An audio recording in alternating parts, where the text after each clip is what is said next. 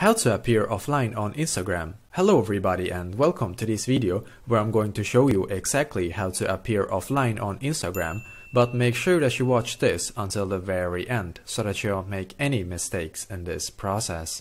So what we are going to do first is to go into our Instagram app.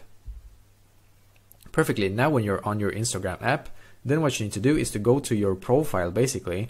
And let's say that you want to appear offline on Instagram so that nobody will know that you're online right now. What we need to do first is to click on the three lines in the top right corner. So click there. Perfectly. Now we need to click where it says settings. And then we need to click where it says privacy. And in here we need to scroll down. And now we need to click where it says activity status.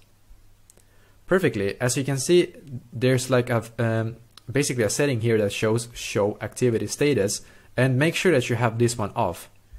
The reason why you want to have this one off is because otherwise if you're online, then your friends or the ones that are following you basically will be able to see like a green symbol, like basically your name and a green symbol, and they will know that you're online.